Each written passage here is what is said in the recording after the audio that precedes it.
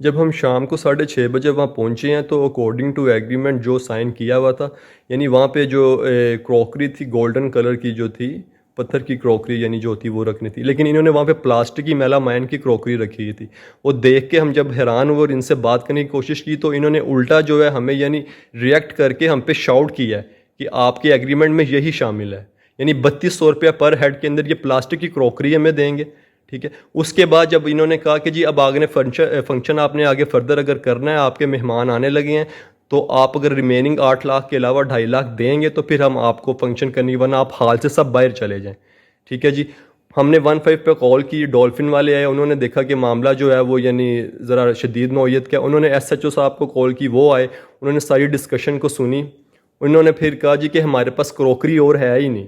Finally इन्होंने SHO साहब ने भी इन्हें ज़रा थोड़ा समझाया, तो उसके बाद इन्होंने क्रॉकरी अंदर से अरेंज करके निकलवाई। ठीक है, और उन्होंने कहा कि अब आप खाने को आप बाद में देखिएगा, अब फ़िलहाल आपके मेहमान आ चुके हैं, आप फंक्शन को कैरी ऑन रखें, क्योंकि इन्होंने आपकी पेमेंट ले चुके हैं। ऑलमोस्ट 80% तो इन्होंने रिफ़ंड नहीं करना और आपका सारा प्रोग्राम ख़राब होगा, इसलिए आप इसको कैरी ऑन रखें। इसलिए मैं कोशिश करता हूँ जितना बेहतर हो सके, क्योंकि इनका एक मैनेजर है वो भी एक आंख से महरूम है, और ये जो इसका मालिक है, ये सब मिले एक दूसरे की सपोर्ट के साथ लोगों को ब्लैकमेल कर रहे हैं। लोगों की रिस्क हलाल की कमाई जो है उसको जो ये फ्रॉड के साथ लूट रहे हैं। हमारी आला अफसरान से और जो इवेंट मैनेजमेंट इंडस्ट्री है इसके। हाँ तो ठीक है ना, लेकिन आपके सामने चुप है ना, आपको उससे बोला है ना कि जो माना है उस बात। उससे मुझे कहा था ला 3 किस्म की क्रॉकरी है हमारे पास, आप टेंशन ना लें भाईजान। पहले उससे फंसाया सही तरह। पेमेंट करने की तो सर 8 लाख रुपये साथ दिया हुआ है। भाई बात तो ये तो आपको चला वो तो वो कह रहे हैं चलो वो जो आपकी पेमेंट की है वो ठीक है, राइट है, वो अभी निकल थोड़ी गए।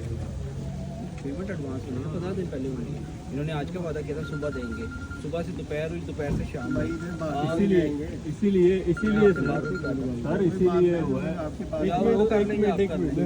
बात तो बिगड़ गई है तो उसे करने देंगे।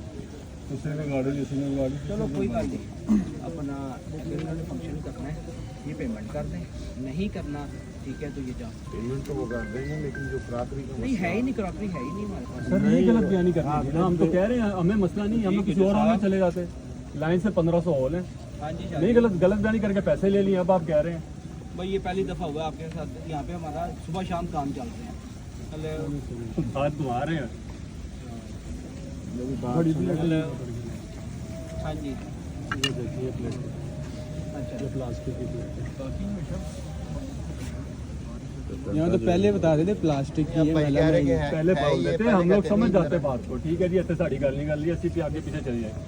कसम कुरान की 300-400 रुपये ऊपर भी बंदा पे कर रहे हैं, 300-400 बाकी लोगों से कसम खुदा 250 रुपये रेट पीछे है जहाँ मर्जी का। मुगले आजम ने मुझे इससे कम रेट दिया बंदा था। आपके पैसे देता है, इसलिए मैंने कहा तेरे लाख रखना, 3 में से रख ले, हमारी बकायदा दे, हम आगे जाके करवा लेंगे। कौन है वो बंदा?